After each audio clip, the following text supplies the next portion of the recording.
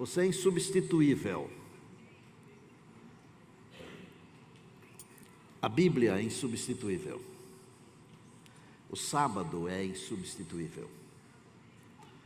E o plano da redenção é insubstituível, não tem outro. Para muita gente, o aspecto da salvação, ser salvo, é uma coisa muito difícil. Mas hoje você vai descobrir que é muito fácil ser salvo. Queria mandar um carinho especial para todo o pessoal que está nos acompanhando hoje. Eu tenho recebido muitas mensagens de muitos lugares do Brasil e do mundo, de pessoas que estão nos acompanhando. E hoje, especialmente, eu recebi uma mensagem, a minha filha Ana, com o meu genro Juninho, meus 2 netinhos que estão lá em Saskatoon, o Dudu e a Sofia, eles estão nos acompanhando lá e mandaram um abraço para vocês. Aliás, lá em Saskatoon, o inverno já começou. Eu tenho um videozinho aí de 30 segundos, já começou a cair neve e ainda é outono lá, hein? O inverno chegou muito cedo. Roda aí, por favor.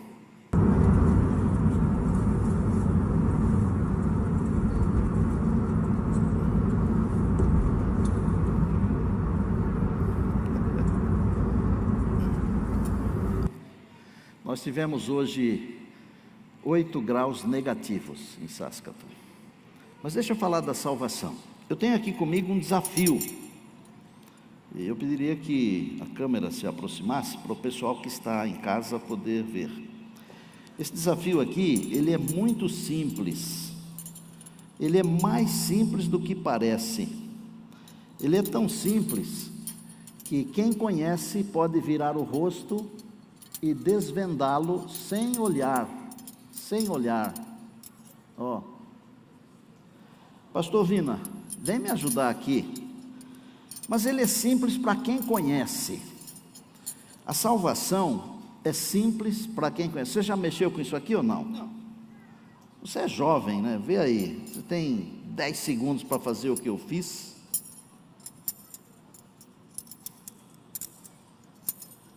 Posso quebrar? Não, quebrar não pode. Tá mais fácil, que esse negócio tá difícil. Tá bom. Valeu. Ó, quase. Ó aqui, você tirou uma fina, rapaz. É simples, ó. Você tem que botar um para um lado e outro para o outro. E aí vai, ó. Ó. Aí é fácil. Não, então eu vou deixar prontinho para você fazer. Vai lá. Ai. Op, vira aqui assim. Essa aqui tem que ficar por dentro, ó. Vira assim. Aqui assim, ó. E aí? Ai, ficou fácil.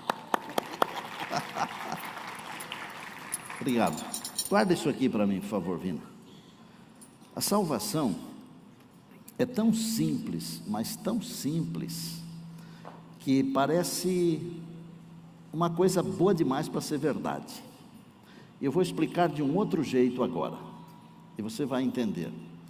Vamos supor que nesta igreja aqui fosse proibido pregar sem gravata e um paletó, ok? E vocês estão acostumados a me ver sempre de terno, mas hoje eu não estou de terno.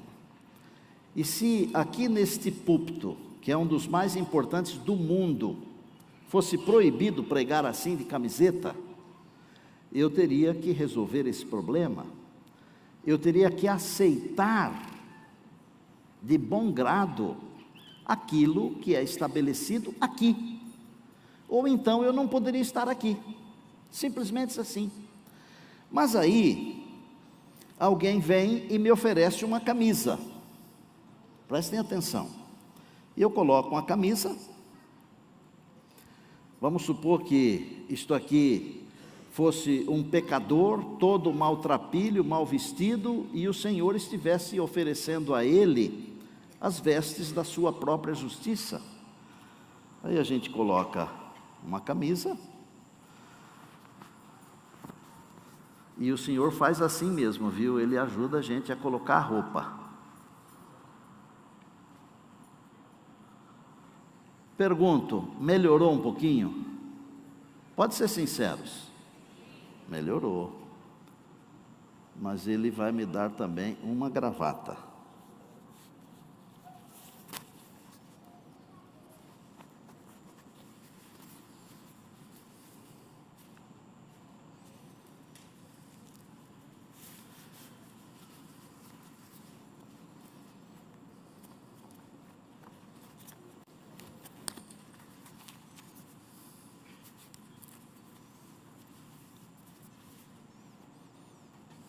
E depois, tem mais alguma coisa? Ainda tem um paletó. Se aqui fosse obrigado a pregar de paletó e gravata, muito obrigado, meu anjo, você fez um bom trabalho, viu? Eu estaria apto para pregar aqui agora, está certo? Você e eu, nós não temos vestes próprias para irmos para a eternidade. Não temos. Porque as nossas vestes, elas são sujas por causa do pecado. O que é que Jesus faz quando nós aceitamos o plano? Ele vem e coloca sobre nós a sua vestimenta. Às vezes a gente pensa que é mais difícil do que parece. Essa vestimenta veio até com uma presilha para gravata, ó. E veio até com mais uma coisa aqui. Até uma caneta Montblanc. Porque as bênçãos de Deus, elas são muito grandes, mas muito grandes mesmo. Não precisa ficar aborrecido por eu ter ficado 10 minutos aqui sem uma gravata e sem um paletó. Sabe por quê? Na verdade, no fundo, não é isso que conta. Quando eu chego numa igreja que eu vejo na sala pastoral, 4 ou 5 gravatas penduradas lá, eu fico triste, porque as pessoas valorizam muito mais algumas coisas que têm pouco valor, e não valorizam as coisas que têm muito valor. Me lembro uma vez que eu cheguei num lugar, estava de férias, e eu fui visitar uma igreja, porque mesmo de férias o pastor não consegue ficar sem ir na igreja, é como se fosse uma doença, né? E um irmão assim, muito bondoso, me reconheceu, pastor Henrique, e falou assim: pastor Estina, se o senhor tivesse de eterno, nós queríamos ter o prazer de ouvir a sua mensagem. Que pena que o senhor não está de terno. E eu disse assim: que pena. Só isso. É que pena. Sabe por quê? Porque no fundo, nós temos uma cultura de olhar a casca. Nós fazemos festas para os outros verem. Já percebeu ou não? Nós compramos coisas para os outros verem. Deus nos oferece a salvação gratuitamente, mas como nós temos uma cultura de pagar as coisas, por exemplo, alguém me convida para um aniversário, e quando eu faço uma festa de aniversário, eu sinto obrigação de convidar esse alguém que me convidou, porque nós estamos acostumados a pagar os benefícios. Salvação você não precisa pagar nada. Salvação é de graça. Pegue a sua Bíblia aí, por favor. Mas antes, espera aí. Não posso me furtar a dizer o que aconteceu. Ainda bem que vocês me lembraram. Bom, eu estava comportando, né? E estava fazendo as entregas, era uma quarta-feira. E quando eu abri a caixa de correspondência, na companhia do meu amigo, hoje pastor Claudomiro Camargo, tinha um telegrama. Muitos de vocês nem sabem o que é telegrama, não é? Porque hoje a gente tem um tanto de mídias sociais e tão rapidamente, né? Mas o telegrama naqueles tempos lá, eu acho que poderia ser comparado com o WhatsApp de hoje. Era uma coisa rápida e era assim, telegraficamente, não? E quando eu abri o telegrama dizia assim: Pastor Homero espera, o trabalho é seu. Era tudo que dizia. E eu terminei as entregas, fui embora, e no dia, eu acho que foi no dia 8 de fevereiro, eu comecei a trabalhar no antigo IAE como vice-preceptor. Perguntei ao pastor Homero um dia: por que o senhor me escolheu, sendo que eu lhe disse que nunca havia sido aluno interno? Pensa nisso, Márcio. Ele falou assim: eu senti confiança em você. E ele era muito resolvido. Eu louvo a Deus porque Ele me deu essa chance, sabe? Agora, você acha que foi fácil? Quer saber quanto eu ganhava? Eu ganhava 36 pontos da escala, que eles faziam um cálculo lá, 60 de 60%, que dá 36. Vamos supor que o teto fosse R$5.000 hoje, então eu ganhava R$1.800. 180 descontavam como parte do aluguel, que eu morava dentro do colégio. O restante dava para pagar a faculdade, que a gente ganhava meia bolsa, por ser trabalhar lá, e dava para pagar também o leite, que a gente pegava no colégio todas as manhãs. Estudava de manhã, trabalhava umas 6 a 7 horas por dia, e que tempo que sobrava para estudar? Uma horinha de madrugada. Deus foi tão bom que algumas vezes o meu nome até apareceu no quadro como um dos melhores alunos da classe. Mas não é porque eu sou bom, não. Quem é bom é Deus. E Deus, Ele valoriza quem acredita nele. Passamos aquele segundo ano. No terceiro ano, a Mari engravidou da nossa primeira filha, já tínhamos o Neumuel, e a gente vivia assim, torcendo para acabar o mês. Não sei se tem alguém aqui que já viveu assim.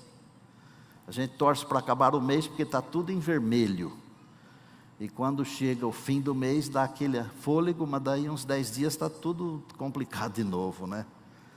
A gente tinha por ser funcionário do colégio, eu tinha um cheque azul da Caixa Econômica, que tinha uma agência da Caixa lá dentro. E pobre não pode ter cheque especial. Desculpem, mas a gente usa sem poder. E todo mês aquele negócio come a gente por uma perna. Algumas vezes eu pensei em desistir, viu? Eu estou falando do coração. O diabo sabe onde aperta o nó, viu? A empresa onde eu trabalhava, que eu ganhava um belo de um salário, mais de uma vez me ligou para chamar de volta. Eles não conseguiam alguém para fazer tudo que eu fazia. O diabo sabe. Mas, Beni, eu não desisti. Não desisti. Me lembro que quando a Mari estava assim, a gravidez estava bem adiantada, ela, lá embaixo, tinha um supermercado Sé, e eles faziam um lanche gostoso lá, lembram disso? Alguns lembram, né? E a gente ia lá comer o lanche, mas eu comprava um só, porque não tinha dinheiro para comprar 2. E a Mari, ela está lá no fundo, porque ela não gosta de sentar aqui na frente. Ela comia aquele lanche assim com dor no coração, porque eu não podia comprar o segundo lanche para mim, ou um para mim. Mas a Bíblia me ensinou uma coisa. Salmo 46. Deus é o nosso refúgio e fortaleza, socorro bem presente na hora da tribulação. Eu lia Josué, onde Deus falou assim: eu estou aqui, e eu vou ser junto com você, onde você for. Não fique aborrecido, tenha coragem, vá em frente.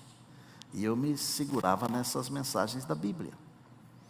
Mas uma segunda-feira, quando estava assim, tudo praticamente perdido, eu fui abrir a minha caixinha de correspondência, que todo aluno lá na faculdade tinha uma caixinha, e lá dentro da caixinha tinha um envelope ofício, aquele branco assim.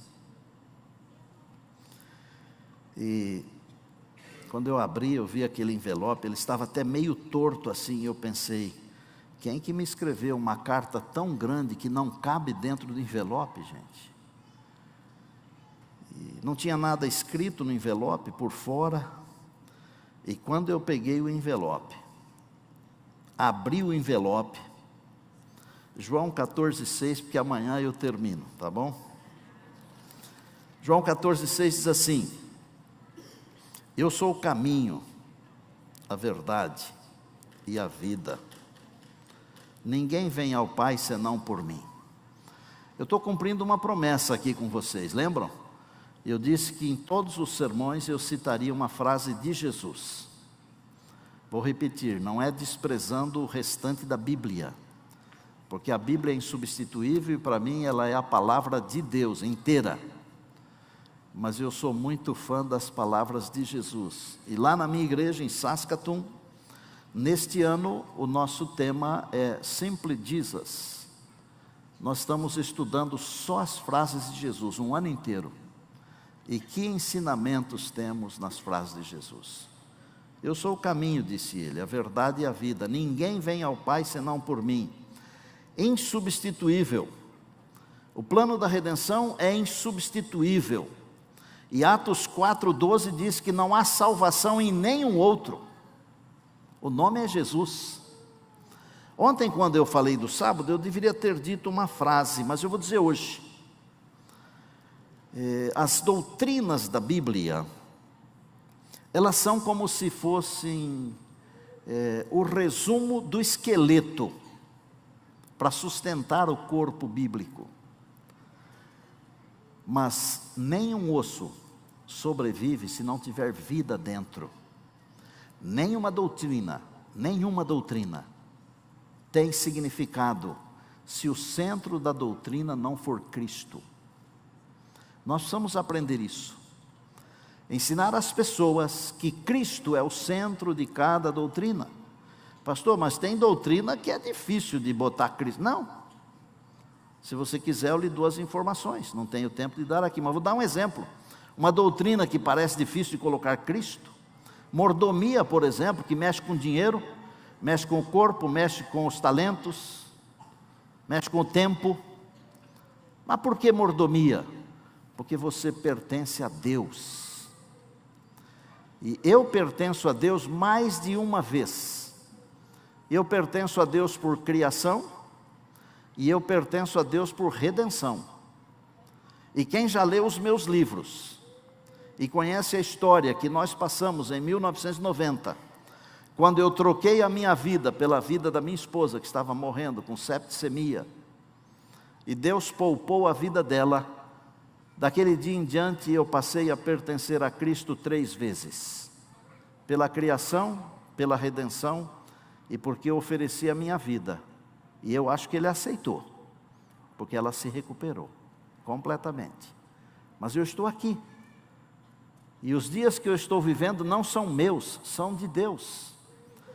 O meu corpo é do Senhor. O meu tempo é do Senhor. Tudo que eu tenho, tudo que eu sou é do Senhor. Jesus Cristo é o centro da mordomia. Jesus Cristo é o centro do sábado. Jesus Cristo é o centro da Bíblia. Jesus. Não há salvação em nenhum outro. Eu vou tentar explicar para você isso de um jeito simples, que Paulo me ajudou a entender. Pegue aí na sua Bíblia, Efésios 2. Vê que coisa linda. Versos de 8 a 10. Paulo diz assim: porque pela graça sois salvos. O que é que ele diz? Falem comigo. Pela graça sois salvos. Mas como?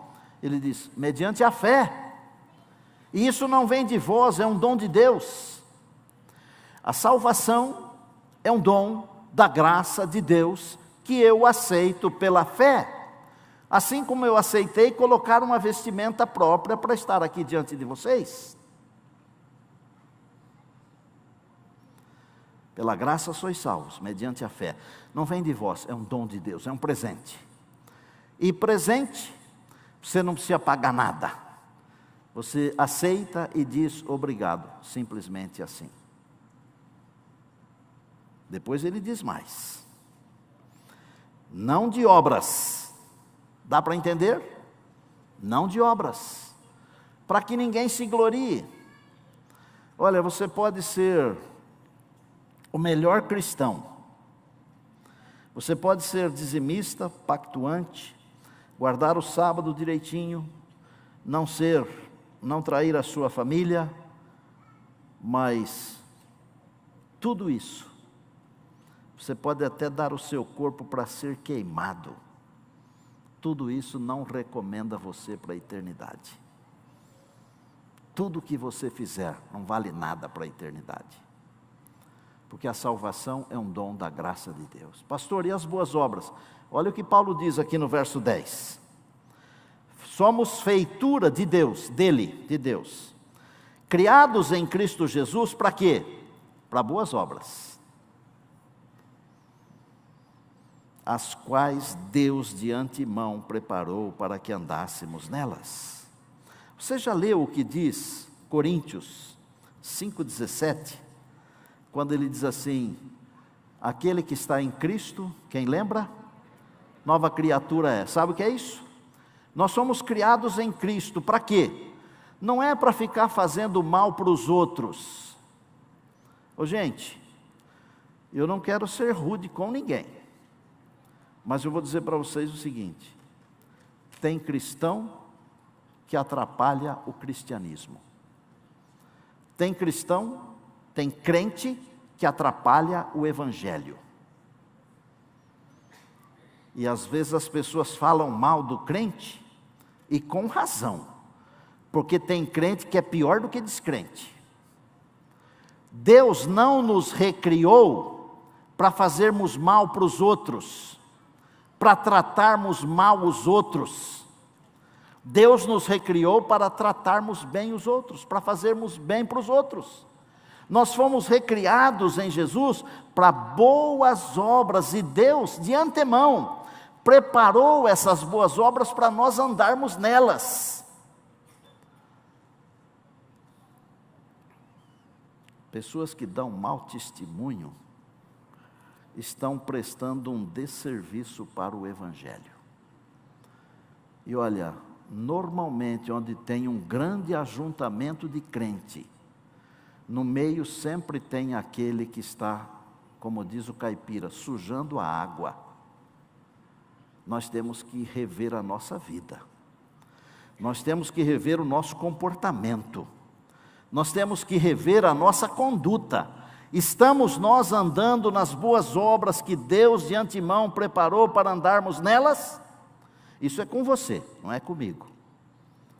A gente tem que orar e pedir para Deus nos transformar cada dia, para nós não sermos como o mundo é.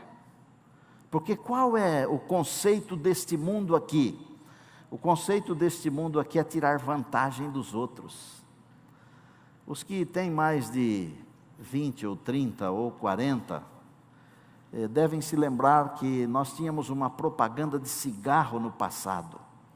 E era um jogador da seleção brasileira de 1970 que fazia propaganda. Um indivíduo que chutava com o pé esquerdo, chamado Gerson, conhecido como canhotinha de ouro. Ele era bom de bola. Dava um lançamento assim de 30 metros que a bola parava no peito do Pelé, por exemplo. Mas ele fez uma propaganda onde ele dizia o seguinte: brasileiro gosta de levar vantagem em tudo. Não sei se alguém lembra dessa propaganda. A cultura de levar vantagem significa passar alguém para trás. Nós estamos aqui neste mundo para sermos a luz do mundo, o sal da terra, o perfume de Cristo, a carta aberta. Amados, Deus tem que nos batizar com o Espírito Santo todo dia, porque se Ele não fizer isso, nós não vamos cumprir a nossa missão, o nosso papel. A salvação é um dom da graça de Deus, ela é aceita pela fé, e quando nós aceitamos, nós somos recriados em Cristo, e aí então nós andamos em boas obras. Mas espera aí, pastor, o senhor está ensinando que tem que ter obras para ser salvo? Não, Não coloque o carro na frente dos burros. E outra coisa, não saia por aí dizendo que eu falei o que eu não falei, porque eu sempre me lembro o que eu falei. Porque sempre tem aqueles que pegam uma frase isolada e fazem uma confusão. Não faça o trabalho do inimigo. Nós temos que fazer o trabalho de Deus, irmãos.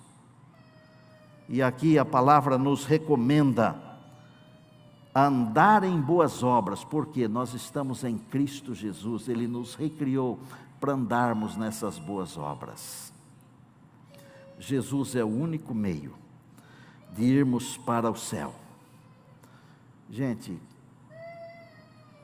às vezes nós ouvimos certas coisas que nos deixam muito tristes. E às vezes nós passamos por situações que influenciam a nossa vida.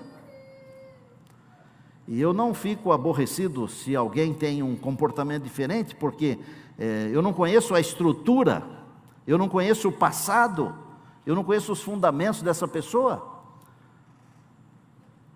Mari e eu, nós passamos a adolescência numa igreja onde se pregava bastante o juízo investigativo. E isso era pregado acho que umas 3 vezes por ano, 4. E o camarada que pregava, ele deixava a gente nervoso. E adolescente, jovem, imagina, a gente ia se afundando no banco assim com medo. E eu dou graças a Deus por não ter sido influenciado negativamente por aquilo. Porque dava a impressão de que a salvação é por medo, e não é. A salvação é pela graça. Não existe um outro plano. Esse plano de Deus é insubstituível. Deus sonhou com esse plano antes da eternidade. A Bíblia diz que Jesus é o Cordeiro que foi morto antes da fundação do mundo. Este plano é insubstituível. Insubstituível. Infelizmente, nós vivemos um tempo em que as pessoas querem adaptar a Bíblia do jeito que elas querem. Não querem adaptar a vida à Bíblia, mas querem adaptar a Bíblia à sua própria vida. Se no passado os legalistas fizeram um strike, hoje os progressistas não estão fazendo muito diferente não, gente. E quer saber? Nós estamos no fim dos tempos e estas coisas tinham que acontecer. E o Senhor falou que o escândalo viria, mas ai daquele por quem viria. E Jesus disse no momento que aqueles que criam esses tipos de problemas, seria melhor que não tivessem nascido ou que se jogassem no mar com uma pedra amarrada no pescoço. Eu tenho 2 pensamentos aqui, pela primeira vez vou citar Ellen G. White, ok? E pode ser que seja a última vez também, porque a minha pregação é desse livro aqui, ó.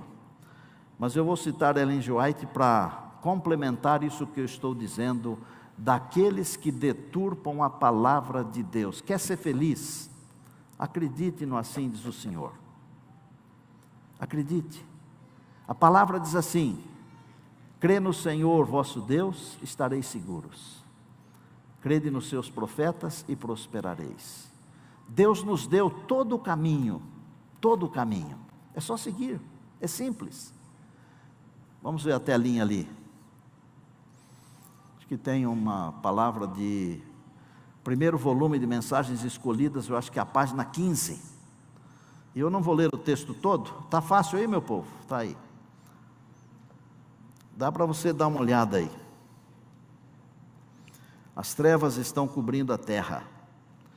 Há em muitas igrejas ceticismo e infidelidade na interpretação das Escrituras. Muitos mesmo, põem em dúvida a veracidade e verdade das Escrituras. Raciocínio humano, imaginação do coração, essas coisas minam a inspiração da palavra de Deus. Para um pouco aí, olha para cá. Você já viu que tem gente que parece que quer saber mais do que a Bíblia? Tem gente que tem umas novidades assim. Não tem novidade, a Bíblia é a mesma. E o restante do texto diz assim: este é um dos sinais marcantes dos últimos dias. Últimos dias. E depois ainda, virando a próxima página, na 16 desse mesmo livro, ela diz que homens há que se esforçam por ser originais. Originais. E no final ela diz: homem algum pode aperfeiçoar a Bíblia, sugerindo o que o Senhor queria dizer ou deveria ter dito. Fins dos tempos. Jesus é o caminho. Em 1 Coríntios 3:11, Paulo diz assim: ninguém pode pôr outro fundamento além de Jesus Cristo. É Jesus Cristo. É o plano da redenção. A essência da Bíblia é Jesus. Você pode ver Jesus em todos os livros da Bíblia, em todos os livros. Jesus criando, Jesus prometendo, Jesus vindo, Jesus morrendo, Jesus ressuscitando, Jesus dizendo: eu virei outra vez, e Jesus subindo ao céu, e em breve Ele virá para nos buscar. Salvação é um dom da graça de Deus. Se alcança pela fé no sangue precioso de Jesus, que é o Cordeiro de Deus que tira o pecado do mundo. Se acreditamos nisto e aceitamos isto, e eu penso que nós cremos e aceitamos, devemos então aceitar que a salvação é muito fácil. Uma vez eu pregava, eu não me lembro se era na cidade de Mirassol, no interior de São Paulo. Eu penso que era. Uns 200 irmãos assim, mais ou menos. Eu estava pregando sobre o plano da redenção, salvação. E normalmente, quando estamos pregando, nós não damos oportunidade para as pessoas falarem, né? Mas aquele dia, um irmão levantou a mão umas 3 vezes e eu me senti comovido. Ele disse: pois não, irmão. E ele me espetou assim, com aquele espeto duplo, sabe? Ele falou assim: pastor, o senhor faz a salvação parecer muito fácil. E eu entendi que aquilo não era um elogio, sabe? E quando alguém tenta ofender você, vou ensinar você uma coisa. Respira fundo e pense assim: eu amo essa pessoa. Você não vai brigar com ela se você fizer isso, tá? Eu amo essa pessoa. Eu respirei fundo, pensei: eu amo essa pessoa. E eu, gentilmente, eu disse: irmão, muito obrigado pela sua contribuição. Mas vou dizer uma coisa: eu gostaria de fazer a salvação parecer muito mais fácil, porque ela é muito mais fácil do que eu consigo explicar. É mais fácil do que eu consigo explicar. É mais fácil do que você consegue explicar e entender. A gente acredita que Lúcifer é um ser, correto? Ele é o enganador. Mas nós acreditamos num Deus triuno. Pai, Filho e Espírito Santo. Amém, povo de Deus? Se fosse, por exemplo, uma partida de futebol, por exemplo, já estaria 3-1. Deus o Pai, Deus o Filho, Deus o Espírito Santo. Bota um vezes aqui, né? Contra Lúcifer, 3-1.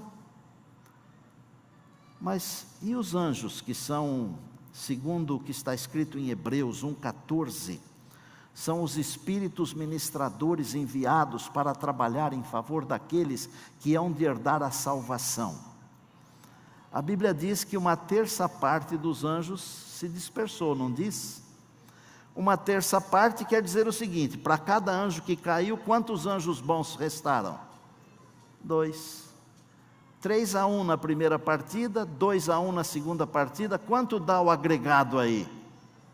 5-2. É goleada. É simplista demais, não é? Mas é mais fácil do que parece.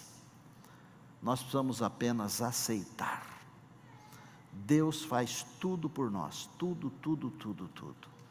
Se nós aceitarmos o plano, Deus já elaborou tudo para nos levar de volta para a eternidade, para nos levar de volta para o Éden. Por quê? Para Deus nós somos insubstituíveis. Temos que crer na palavra, temos que crer no plano de Deus, e quando nós cremos, nós somos afetados positivamente Ame a Bíblia, por favor. Ame a Bíblia. É a palavra inspirada de Deus para você e para mim. Examine a Bíblia, aqui está a vida eterna, ela fala de Jesus. Eu não deveria ter temor de falar isso. Eu vou falar. Pessoas que querem ir para o céu precisam passar tempo com Jesus, com a Bíblia, passar tempo em oração. Pastor, não tenho tempo. Para de ser mentiroso, para de ser mentirosa. Todo mundo tem tempo. O dia é de 24 horas para todos, todos. Mas eu trabalho demais. Eu conheço gente que trabalha demais e ainda tem tempo para adorar a Deus. Se nós não assistíssemos nenhuma série, nós teríamos tempo para ler a Bíblia inteirinha. Não estou dizendo para você não assistir série, tá? Não é isso. Tudo tem o seu tempo, diz a Bíblia. Mas quanto tempo a gente gasta? Me queiram bem por falar isso, e não mal, tá? Quanto tempo a gente gasta com as futilidades desta vida, comparado com o tempo que a gente gasta com a palavra de Deus? Não me respondam não, porque eu não quero ter um ataque do coração aqui. Claro que morrer pregando seria uma glória, mas não me respondam não. Quanto tempo nós gastamos passando o dedinho aqui, ó? Quanto tempo? E quanto tempo nós passamos folheando aqui? Quanto tempo? Deus nos abençoe. O plano da redenção é insubstituível. A salvação é de graça, mas eu preciso aceitar que o Senhor Jesus me vista. E quando Ele me veste, eu sou transformado num instrumento de poder. E Deus quer transformar cada um de nós em instrumentos de poder.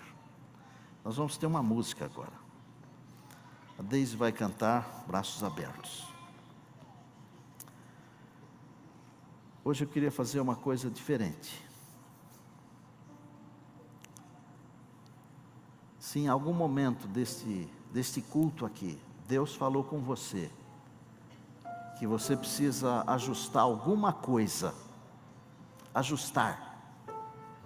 sintonizar alguma coisa, eu quero desafiar você a se levantar e vir aqui perto do altar. O Jesus que abriu os braços lá na cruz, Ele continua de braços abertos, chamando você. E Ele quer derramar sobre você o sangue que limpa, que lava, que purifica, que transforma. Porque Ele não quer no final da história dizer que não conhece você. Ele também ficará decepcionado se tiver que dizer isso. Enquanto a Deise estiver cantando, se tiver pelo menos uma pessoa, ou duas, ou três, ou cinco, quero que venha aqui à frente, para a gente orar.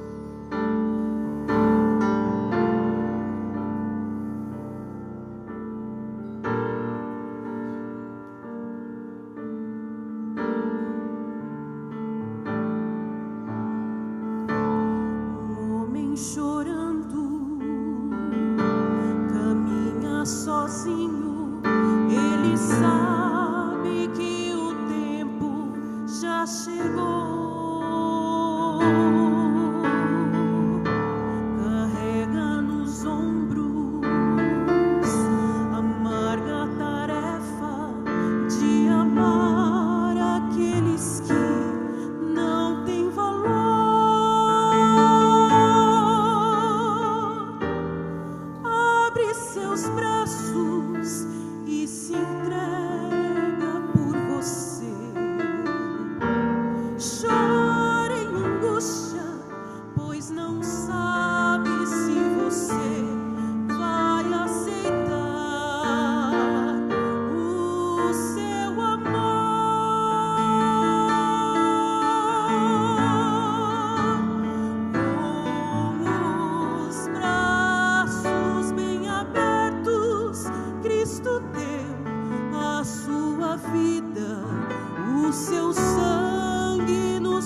vida, a olhar o seu amor. Quem seria assim capaz de abrir os braços e dizer: vem, meu filho, eu preciso de você. Com os braços bem abertos, Cristo deu a sua vida.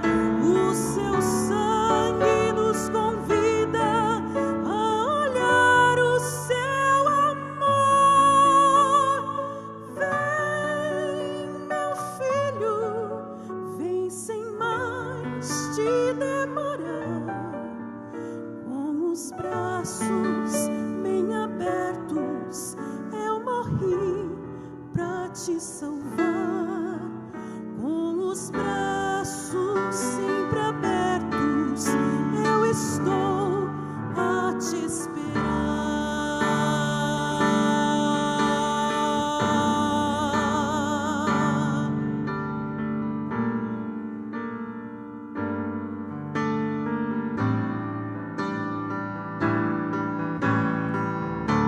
Talvez algum dia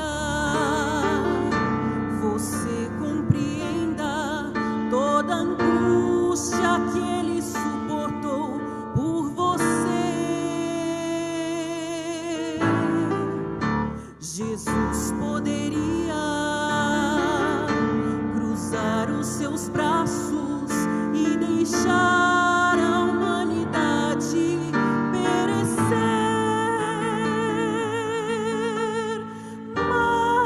O seu amor foi maior que sua razão, pois reconhece que sem Ele nossa vida é um mal sem solução.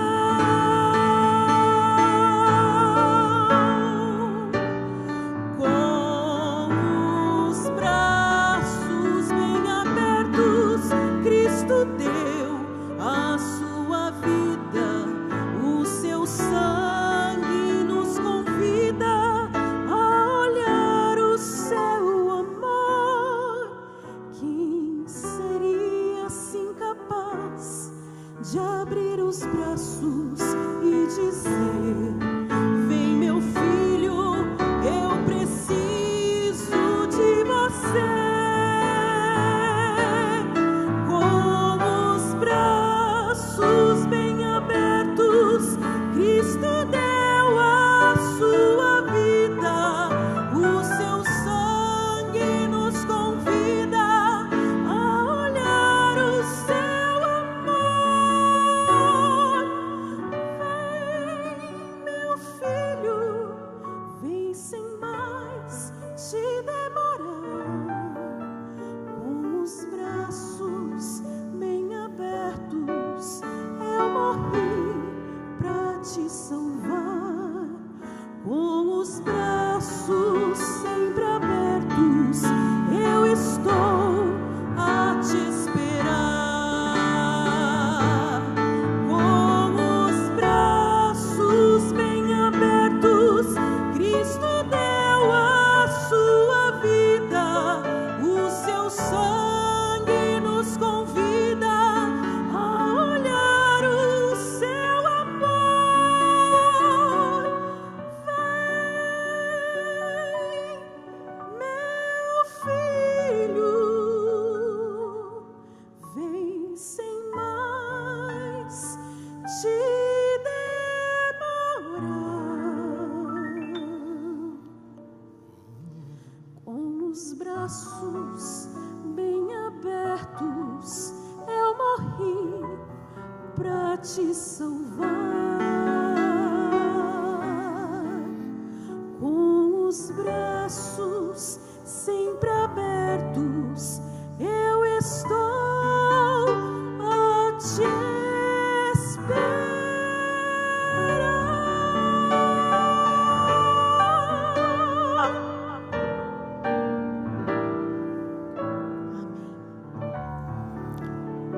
Obrigado, Daisy.